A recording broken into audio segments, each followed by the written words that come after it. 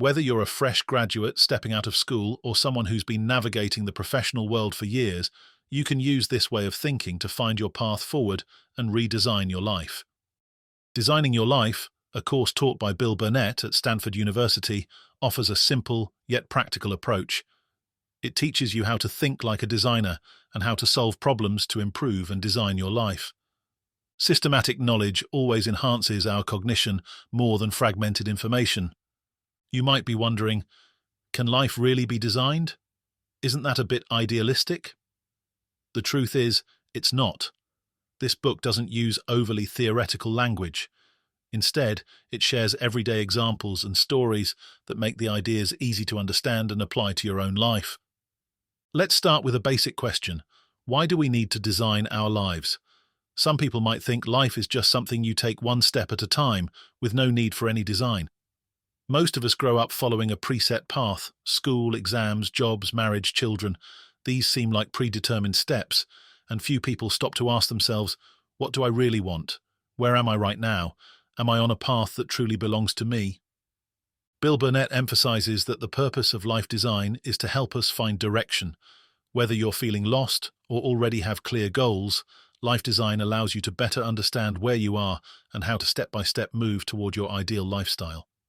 It ensures that you're not just being pushed along by life, but are actively taking control of your destiny. The key to life design is thinking like a designer. A designer approaches problems differently than we usually do in everyday life. Designers focus on solving problems instead of endlessly searching for them. In other words, we should consciously work on solving the problems we can solve, rather than getting stuck on the realities we can't change. In his course, Burnett introduces the concept of a gravity problem. A gravity problem is something like gravity itself, a fact of life that cannot be changed. These could be societal rules, economic conditions, or personal biological limitations. Many people waste time and energy trying to change these gravity problems, only to end up frustrated. Burnett suggests we learn to recognize these gravity problems and then shift our attention to issues we can actually address and solve. This way, your life won't be full of pointless struggles, but instead, it will become more organized and focused. So, where does life design begin? Burnett tells us that the starting point is not where you think you should go or where you want to go, but where you actually are right now. In other words, you first need a clear understanding of yourself and your current life situation to design a path that suits you. One important step in life design is self-assessment. Burnett suggests evaluating your life from 4 perspectives: health, work, play, and love. Ask yourself, how am I doing in these areas? Am I satisfied? Where do I need to make adjustments? By assessing these 4 areas, you can see more clearly where your life is balanced and where it's not. For example, some people might be deeply invested in their work but neglect their health and family life. Others may spend a lot of time on leisure and social activities but feel unsatisfied with their careers. Regardless of where you are, the key is to find balance or at least become aware of where changes are needed. Burnett points out that the goal of life design is to find actionable problems, not those that can't be acted upon. In other words, don't try to change everything overnight. Instead, start with small, specific, actionable tasks. For example, if you feel stressed at work and your health is suffering, you can start by adjusting your daily diet and exercise routines rather than quitting your job impulsively. Only by taking concrete steps can the life you design be meaningful and not just a fantasy. Next, let's talk about your life compass. Burnett suggests that a life compass is that sense of direction you can rely on when facing life's big questions. It helps you answer questions like, why am I here? What am I doing now? And why does it all matter? Your life compass doesn't point to a specific goal, but instead reflects your overall understanding of life and direction. To create your life compass, Burnett suggests starting from 2 key perspectives: your work view and your life view. Your work view is how you think about work, what work means to you, whether it's a way to fulfill your personal values, how it relates to your growth, sense of achievement, and social responsibility. Your life view, on the other hand, is your broader outlook on the world, including what you believe is most important and what your core values are. Burnett emphasizes that your work view and life view aren't isolated. They need to be in harmony with each other. When you have a clear understanding of both and they align, you'll know more clearly which direction to go in. Like a compass, it will help you find your true north. With your life compass in hand, it'll be harder for you to lose your way. Whenever you feel confused or face a major life transition, you can stop for a moment, recalibrate your compass, and reaffirm your direction. If you find that you've strayed off course, adjust promptly instead of continuing down the wrong path. Let's talk about how to find your own path in real life. Burnett shared the story of one of his students, Michael. Michael's mother had planned his life from a young age, including which college to attend, which major to choose, and what kind of job to get. Michael followed his mother's plan, but after graduating and landing his first job, he realized he didn't like it at all. In fact, he felt lost and unhappy. Michael's story is a reflection of many people's lives. From a young age, we often follow paths laid out by others or by society's expectations. It's only when we reach a certain point that we realize the path we're on isn't really our own, and we begin to feel confused and lost.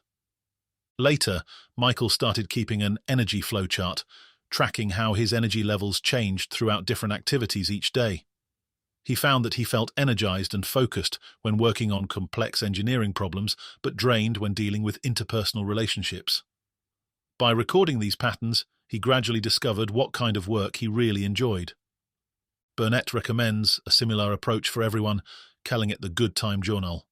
Each day, take notes on when you felt the most energized and engaged, and when you felt bored or tired.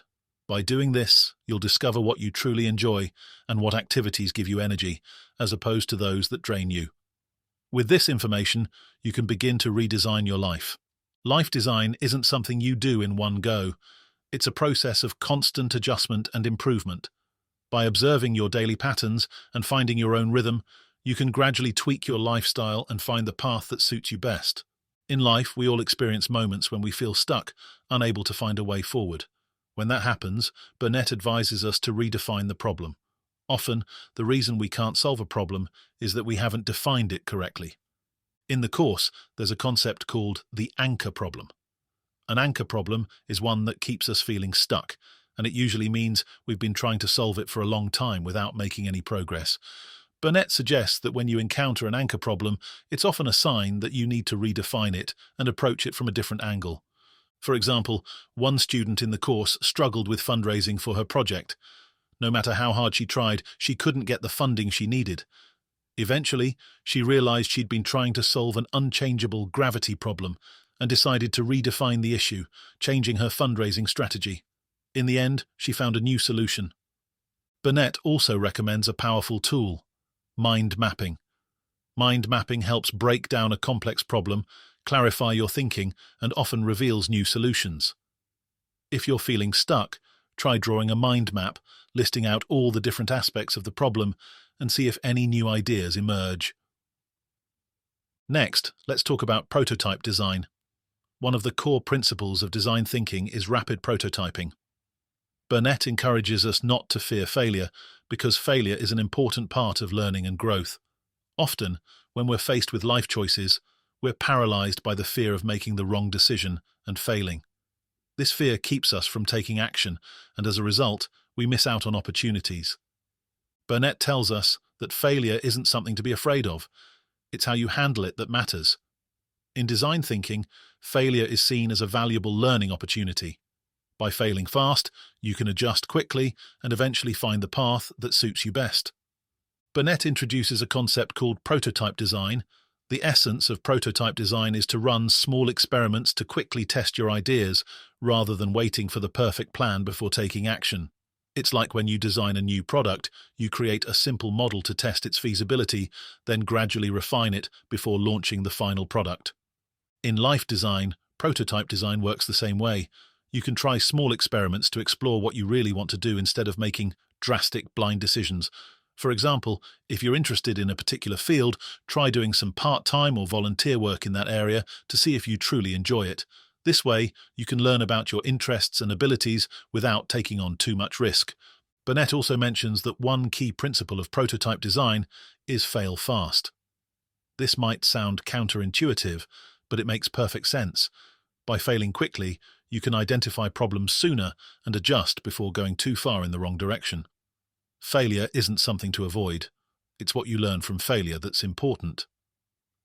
Another advantage of prototype design is that it allows you to take a more proactive approach to your future. Many people feel lost because they're passively waiting for opportunities instead of actively creating them. Through prototype design, you can turn future possibilities into small, actionable experiments, stop waiting, and start creating opportunities. Now, let's talk about a topic that's on most people's minds: finding a job. Whether you're a recent graduate or someone who's been in the workforce for years, finding a job that suits you is incredibly important. However, many people feel anxious and confused during the job search process, unsure of how to find the right job. Bill Burnett shares an interesting insight. Most people don't look for jobs in the most effective way. Many great jobs aren't posted online, and some never even have the chance to be posted. These jobs exist in what's called the hidden job market, and the best way to access that market is through your personal network. Burnett stresses that networking is the only way to enter the hidden job market. You can build connections with people in your industry, attend industry events, or get introductions from friends to reach job opportunities that aren't publicly available. In this process, it's crucial to be authentic. Don't try to present yourself as the perfect candidate. Rather, show your genuine passion and curiosity for the job. When job hunting, Burnett also emphasizes the importance of finding the right job, not just a good job. Many people chase high-paying jobs or prestigious companies without considering whether the job is truly a good fit for them. Once they start, they realize it's not as great as they expected and feel even more lost and frustrated. So, the key to job hunting is finding jobs that align with your interests, values, and skills rather than blindly pursuing external prestige. You can ask insightful questions during interviews and talk to current employees to understand the true needs and culture of the job and ensure it's the right fit for you. During the job search process, Burnett also warns against the allure of super jobs. A super job is one of those job postings that have ridiculously high requirements, making them seem impossible to achieve.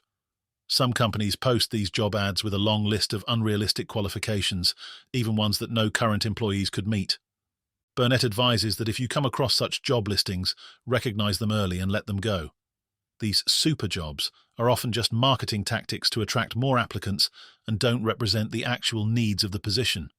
Instead of wasting time on unrealistic positions, focus your energy on jobs that are truly a good match for you.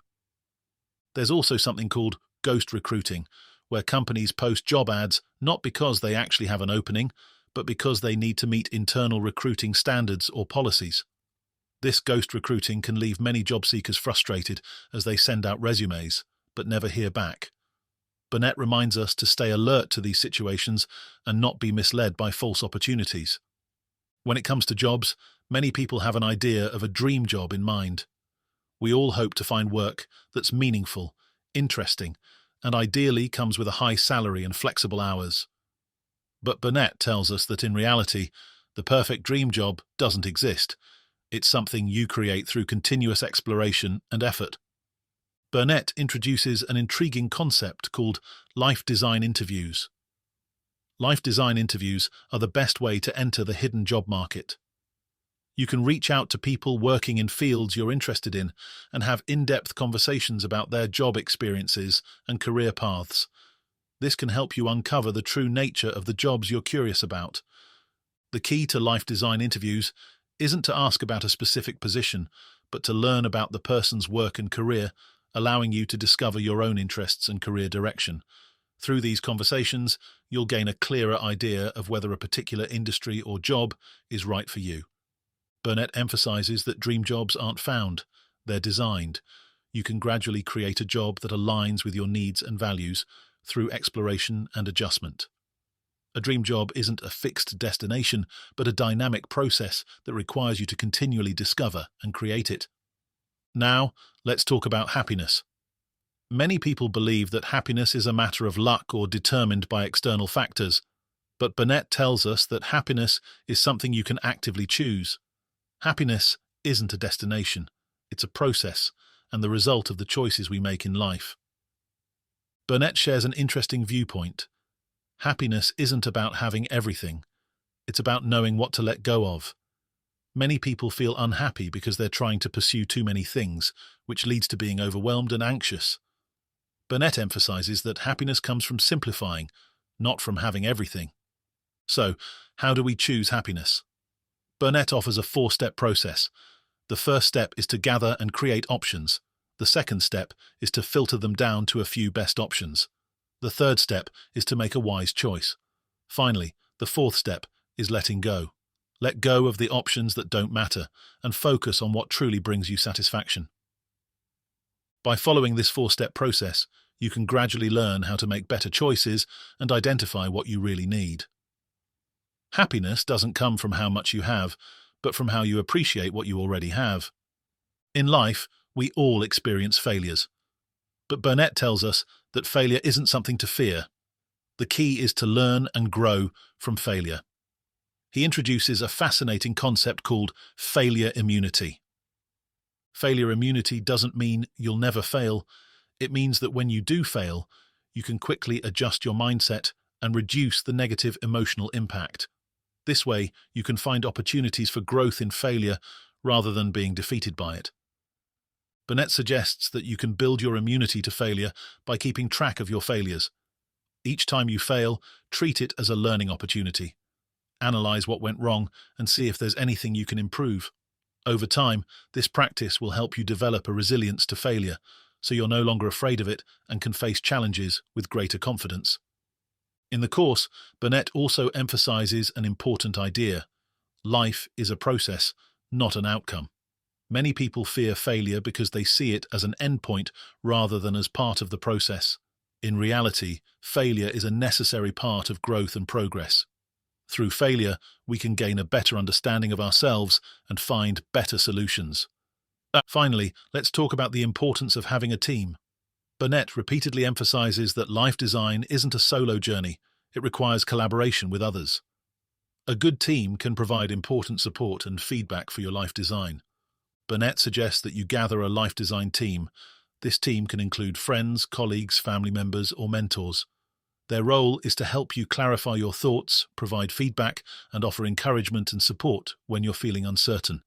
Mentors, in particular, play a crucial role. Burnett advises that, if possible, find a few life mentors who can help you articulate your ideas, offer constructive feedback, and even help you see your issues from a fresh perspective. The power of a team lies in its ability to offer different perspectives and advice for your life design, so you don't have to face challenges alone.